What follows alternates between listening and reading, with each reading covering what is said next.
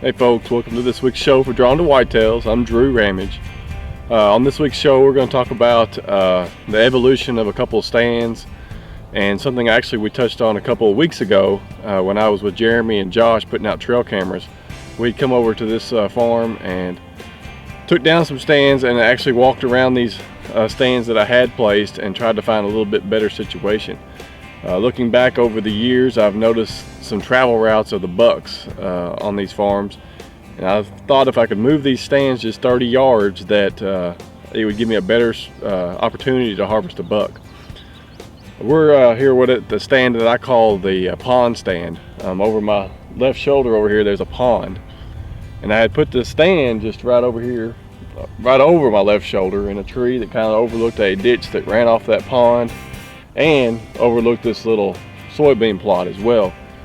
The deer a lot of times tend to come out from right behind the camera here, cut this corner, and then go right into this clearing right over here to my right shoulder, and then went down a ridge.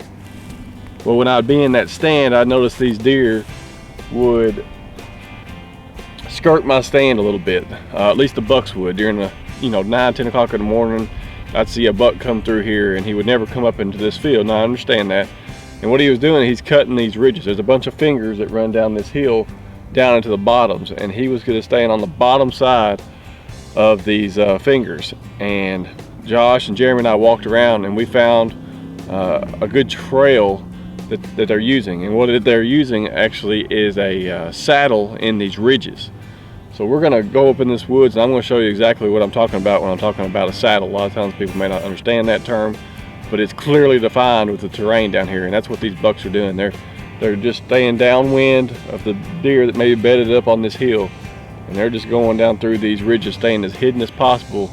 And where a ridge has a low spot on it, that's where they're going through to stay hidden and to check the wind as they're going to see if they can find any bedded deer.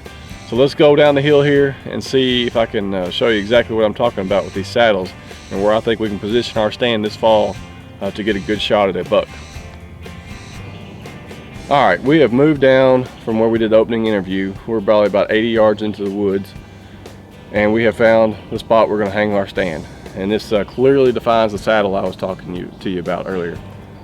What I'm on a ridge right here, and this ridge just funnels down here toward the bottoms. It's a good 300 yards to the bottoms from here.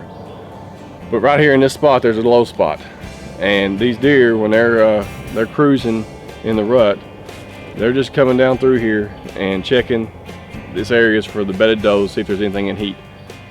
And they like to stay as hidden as possible, and this is a low spot in this ridge, and there's a clearly defined trail right here to my left that shows where they're coming up and down this little hillside, and either continuing on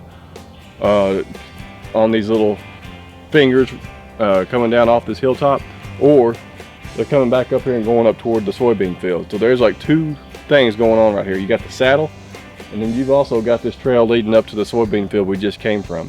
So we got a stand right here behind us, or a tree that we're going to put a stand in coming this fall. This is going to be a morning spot. I cannot get in here in the afternoons. These deer bed in here. I've seen it happen numerous times, and can't get in here in the afternoons, but this spot will be killer come mornings. You can slip in here and stay, I don't know, as long as you possibly can, and you're going to find bucks cruising this woods. So we've got the saddle right here, and then we got the trail going up to the top of the soybean field, and it actually stays on top of this ridge and cuts on over to another bedding area. So this spot is going to be killer during the rut. So look for these saddles, these indentions in these ridges, and you'll have a good spot to set up during the rut. We're going to show you one other saddle that's clearly defined that Josh and Jeremy and I looked at a couple weeks ago, and we're going to go check that out right now just to help illustrate the point even more. All right folks, we've moved about 400 yards from where we were just a minute ago, and I have another prime example of a funnel slash saddle, and saddle is what we're focusing on here. What this is, right behind me is a low spot on a ridge. This ridge runs from north to south for a long ways, and on the south side up here there's a high point, on the north side up here there's a high point, and right behind me there's a low spot. I've hunted here for years, and the best place to hunt is on top of this hill up here on a south wind. That keeps you from bumping any deer, but it also is eliminating one of the best spots on the farm. I have sat in that stand numerous times and being able to smell a buck going through this saddle, but I can't see him from where I was standing. I could hear him, I could hear him grunting, I could smell him, I could hear him walking, but he was just out of range of that other stand that I never could see him or get an eye on him. So what we're gonna do is we're gonna have to tweak this just a little bit. I can't really move this stand that I had, because if I move it any further, a bunch of does use that top of that ridge over there and they're gonna pick me off.